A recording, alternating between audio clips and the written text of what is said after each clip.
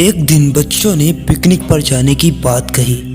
तभी अंकिता की रूह कांप गई, क्योंकि उसे एक पुराना किस्सा याद आ रहा था। ये बात तब की है जब अंकिता 10वीं कक्षा में पढ़ रही थी। सभी टीचर्स ने पिकनिक पर जाने का प्लान बनाया था। अपने सभी दोस्तों के साथ अंकिता ने भी पिकनिक जाने के लिए हाँ कर दी। पिकनिक पर जाना था भानगढ़। भानगढ़ एक बहुत ही डरावनी और रहस्यमयी जगह है, जहाँ कुछ प्राचीन इमारतें और खंडहर हो चुके कुछ गांव हैं। पिकनिक पर पूरा स्कूल जा रहा था, इसलिए सभी को ले जाने के लिए तकरीबन 30 बसें लगाई गई थीं। अंकिता अपने दोस्तों के साथ सबसे पीछे वाली बस में बैठ जाती है। सभी दोस्त आपस में हंसते मस्ती करते हुए जा रहे थे। तभी कुछ दूर पहुंचकर जंगल के पास उसी बस से बहुत तेज आवाज होती है। अचानक ये आवाज सुनकर सब लोग बहुत ही डर जाते हैं।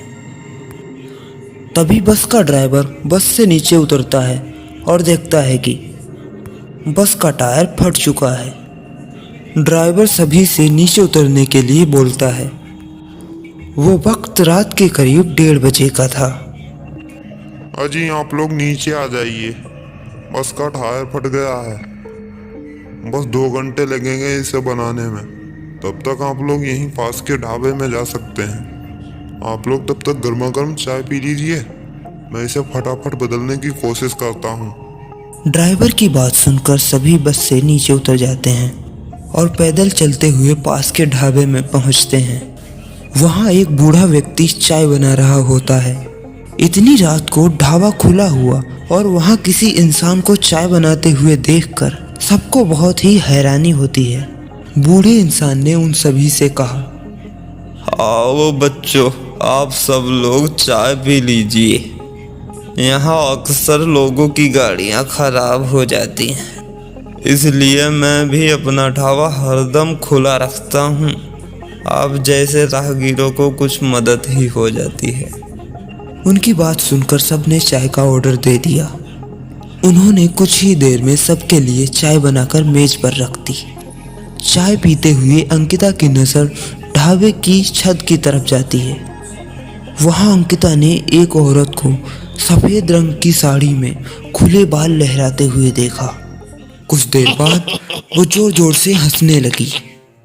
भले ही हंसने की आवाज़ किसी को सुनाई नहीं दे रही थी, लेकिन अंकिता ने उसे मुंह खोलकर हंसते हुए देखा था।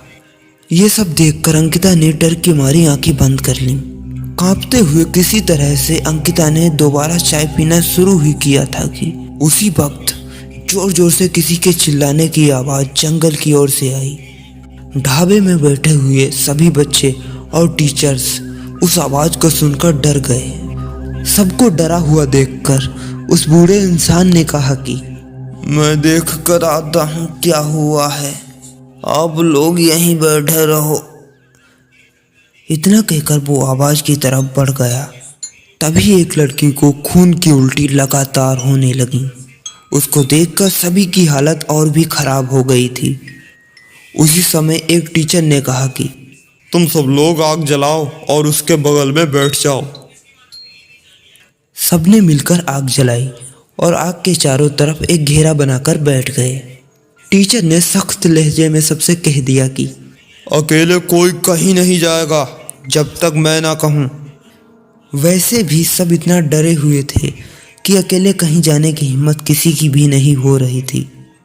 आग के पास बैठे बैठे 3 बज गए। तब कहीं जाकर वो बूढ़ा इंसान जंगल से लौट कर आया।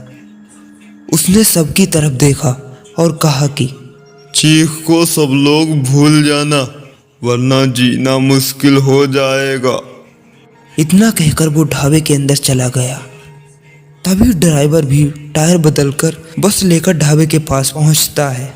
सभी लोग भगवान का नाम लेते हुए उस बस में बैठ गए। टीचर ने बस में बैठते ही सबसे कहा कि कोई एक दूसरे से बात नहीं करेगा, सीधे सब सो जाओ। टीचर की बात मानकर सब चुपचाप बस में ही सो गए।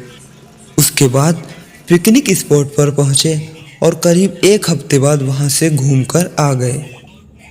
पिकनिक में किसी ने भी दूसरे बस के बच्चों को उस रात के बारे में कुछ नहीं कहा क्योंकि टीचर ने मना किया था।